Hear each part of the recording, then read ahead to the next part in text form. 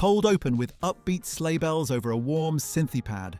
Imagine the glow of coloured bulbs, the smell of pine and wrapping paper, and a mountain of glossy boxes under the tree.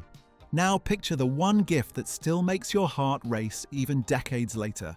Today on Past and Present, we're unwrapping the most iconic 80s Christmas gifts we still dream about. Not just what they were, but why they mattered, how they changed our lives, and the little details that made them unforgettable. Let's start with a machine that rewired Christmas morning soundscapes, the Nintendo Entertainment System. A rectangular box that transformed living rooms into pixel arcades, the NES wasn't just a gift. It was permission to press start on a new culture.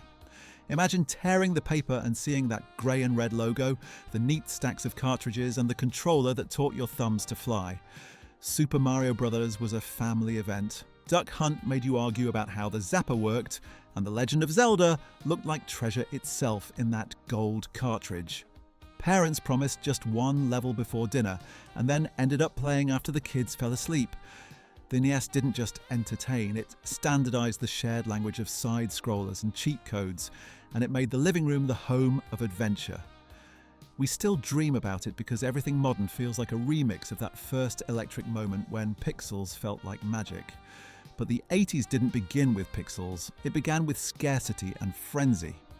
In 1983, Cabbage Patch Kids turned toy aisles into miniature stampedes. They were dolls, yes, but also adoptions, complete with certificates and names that made kids feel like they joined a secret society. The hard-to-find factor made them legendary. You might remember a parent who knew a guy or the rumour that a truck was coming at sunrise. If you got one, you didn't just receive a toy, you won a story. Even now, adults keep those round faces tucked away in closets, not as collectibles, but as time capsules of a Christmas that felt earned. If you were lucky, your stocking came with a smaller puzzle that caused outsized frustration, the Rubik's Cube. Suddenly, Christmas could be held in one hand, a handheld enigma that teased your patience and rewarded your persistence. You learned the language of algorithms without knowing the word, traded moves on the bus, and at some point you peeled off the stickers and hoped no one would notice. We still dream about the cube because it made problem-solving feel like play, and because for once the quiet kid at the party could be the hero who solved it in under a minute. Cue a different soundtrack, the mechanical whir of a tape, the click of a door, and the hiss of magnetic dreams. The Sony Walkman made Christmas portable. For the first time, music followed you out into the cold air, across the neighbourhood, into your own headspace where every step had a beat. You slipped it into your puffy jacket, wore foam headphones like a badge, and rewound your favourite chorus with the precision of a surgeon. The Walkman was more than stereo, it was privacy in a noisy world, a personal soundtrack that turned a snowy sidewalk into a music video. We still dream about it because it gave us autonomy, a handheld universe before smartphones. But then there was the opposite impulse, music blasting outward in a proud communal roar. Enter the boombox. Chrome grills, chunky buttons, telescoping antenna. This was a Christmas gift that declared itself at full volume. You carefully recorded radio shows, tried to catch a song from the top without the DJ talking, and carried it like a trophy. The boombox was a social technology. It gathered people, changed the gravity of a room, and set a tone before anyone said a word. Today we have tiny speakers with immaculate sound, but part of us still misses the ritual and spectacle, the weight, the stance, the feeling that your music could occupy space. For kids who wanted a friend with batteries, Teddy Ruxpin was the animatronic miracle who spoke like a bedtime story brought to life. You popped in a cassette, watched his mouth move, and felt like toys were evolving into something half real. If you paired Teddy with the grubby sidekick, it felt like a Broadway show in your bedroom. We still dream about Teddy because he made imagination tangible. He bridged storytelling and technology in a way that felt soft, safe, and wondrous. Games were no longer afterthoughts. Trivial Pursuit turned family gatherings into friendly combat, pitting encyclopedic uncles against quick-witted kids who somehow always knew the pop culture category. Simon pulsed brightly in hypnotic sequences that stretched your memory like taffy. Speak and Spell made spelling feel futuristic, its robotic voice turning mistakes into learning moments without shame. Light Bright let you punch tiny jewels into black paper and turn electricity into stained glass. These were gifts that sharpened the mind slyly, disguised as play, and we still dream about them because they made us feel smart without a teacher in sight. For would-be photographers and memory keepers, the Polaroid camera was instant magic. Christmas morning was not complete until the creamy square emerged from the slot. You shook it even though you weren't supposed to, and everyone leaned in as an image bloomed from grey to life. The constraints made it special. Every shot had stakes. When you nailed it, the smiles, the tree, the pajamas, the dog mid-bark, you felt like an artist and an archivist. Today, filters promise vintage in a swipe, but the Polaroid gave you the heartbeat of becoming. Some gifts were big enough to change your sense of freedom. A BMX bike with mushroom grips and a number plate didn't just get you to a friend's house, it gave you flight.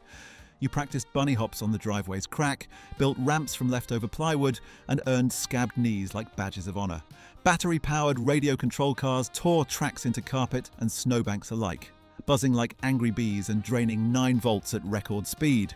The dream wasn't in the toy alone, it was in the permission to explore, to test limits, to learn what momentum feels like.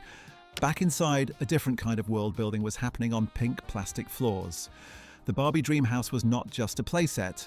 It was interior design school, social theatre, and architecture lab rolled into one. Elevators, chandeliers, impossibly shiny kitchens. It taught logistics and taste without a single lecture. Meanwhile, for kids leaning toward keys over dolls, the Casio keyboard lit up the path to music making. Demo songs looped endlessly while you poked out your first melodies. It felt like cheating, that a single gift could make you both the audience and the performer. Of course, the 80s were also the frontier of home computing. A Commodore 64 or an Apple IIc under the tree signaled a family that saw the future and wanted a head start. You learned to type your name in BASIC, waited for programs to load from cassette or floppy with monastic patience, and felt a thrill when the screen finally responded to your command. Even the beige aesthetic felt like the colour of possibility. We still dream about those machines because they made us collaborators with technology, not just consumers. We can't forget the Atari legacy either. For many families, the 2600 or later systems were the first encounter with home video games, a prelude to the NES takeover. Joystick in hand, a single red button became the key to galaxies, mazes, and pixelated heroics. The graphics were crude, but the adventure was pure. When your cousin arrived for Christmas dinner, you didn't need an icebreaker, you needed a second controller. Part of what made these gifts iconic was the way the 80s marketed them. Commercials weren't content to demonstrate features, they built worlds. Toys glowed with diffuse halos, kids laughed in perfect slow motion, and the voiceover promised transformation, belonging, even destiny. The promise wasn't, you'll own this, it was, you'll become this. A Transformer made you brave, a Walkman made you cool, a NES made you part of a secret society of warp zones and hidden one-ups. The dreams sold in December often powered our imaginations all year. Scarcity amplified the myth.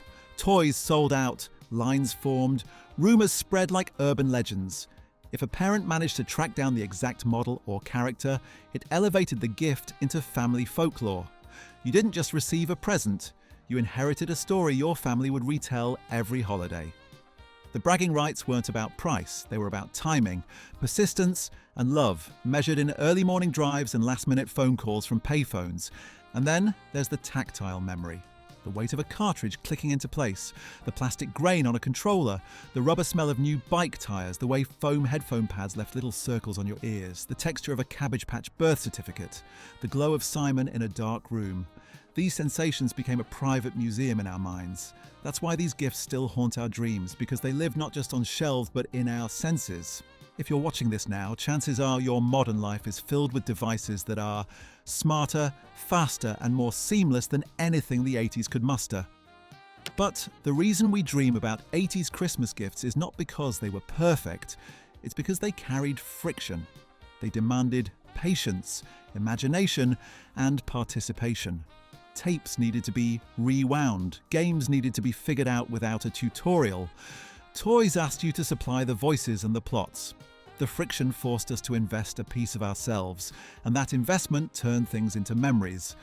There's also the communal element. The NES wasn't usually played alone. It gathered siblings and cousins in front of a single screen, arguing about turns and tips.